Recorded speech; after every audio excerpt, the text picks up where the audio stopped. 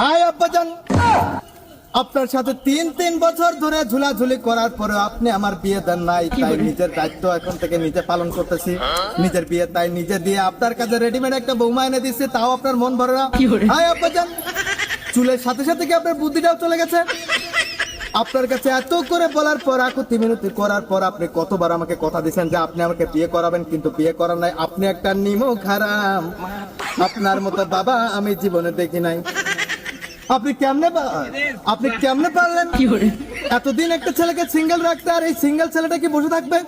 হ্যাঁ, বসে বসে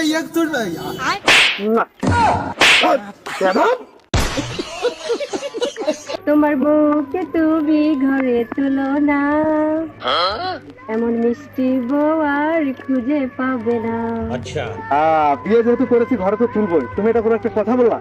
মানে গানে গানে তুমি আমাকে নিয়ে প্রশংসা করবে তা না, তুমি আমাকে ঘরে তুলো বাইরে তুলো। চলো বাড়ি চলো। এই শোনো, কি একটা কথা বলি। হ্যাঁ বলো। তুমি যে আমাকে বিয়ে কর না, এটা কি তোমার বাড়িতে মেনে নেবে? অবশ্যই মেনে নেবে। আর তুমি আমার বাবাকে এখনো চিনোই না। আমার বাবা লাখে একটা মানুষ। আমার বাবার মতো ভাই আর বাবা আর হয় না। আমার বাবা বাংলাদেশের মধ্যে একটা সাদা সরল মানুষ, সহজ সরল, বুঝছো না? যে একটু ইমপ্রেস করবা, দেখবা যে তোমাকে সালাম করতেছে। তুমি সালাম করতে চলো। ঠিক আছে, আসো। এই যে আমার বাবা। আপনাদের আসসালামু আলাইকুম। ওয়ালাইকুম আসসালাম। আপনি এখানে কি করেন? এই যে গরু বাড়ি। হ্যাঁ, এদিকে একটু তাকান। কি এই যে আপনাদের আপনার বৌমা যে আপনাদের সালাম করেন। হ্যাঁ, আমি সালাম করবো না, তুমি সালাম করো। আচ্ছা নমস্কার। কেন? আমি তোমার বাবা, তুমি বিয়ে করছো আমি জানি না কার মেয়ে, কি পরিচয়, কি বংশ। হ্যাঁ, আপনাদের বংশ অত্যন্ত সুন্দর।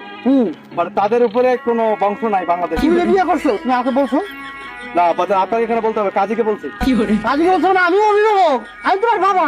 আমি জানলাম না তুমি বিয়ে করছো, তুমি কি কামাই করে খাওয়াবা, কার বাসায় উঠাবা?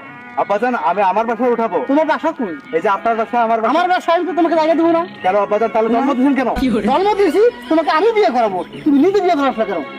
হাই আব্বাজান, আপনার সাথে তিন বছর ধরে ঝুলাঝুলি করার পরে আপনি আমার বিয়ে দেন নাই, তাই নিজের দায়িত্ব এখন থেকে নিজে পালন করতেছি। নিজের বিয়ে তাই নিজে দিয়ে আপনার কাছে রেডিমেড একটা বৌমা এনে দিচ্ছে, তাও আপনার মন ভরে না। হাই আব্বাজান, চুলের সাথে সাথে কি আপনার বুদ্ধিটাও চলে গেছে? আপনার কাছে এত করে বলার পর, আকুতি মিনতি করার পর আপনি কতবার আমাকে কথা দিচ্ছেন যে আপনি আমাকে বিয়ে করাবেন, কিন্তু বিয়ে করার নাই। আপনি একটা নিমক হারাম। আপনার মতো বাবা আমি জীবনে দেখি নাই। আপনি কেমনে পারলেন এতদিন একটা ছেলেকে সিঙ্গেল রাখতে? আর এই সিঙ্গেল ছেলেটা কি বসে থাকবে? হ্যাঁ, বসে বসে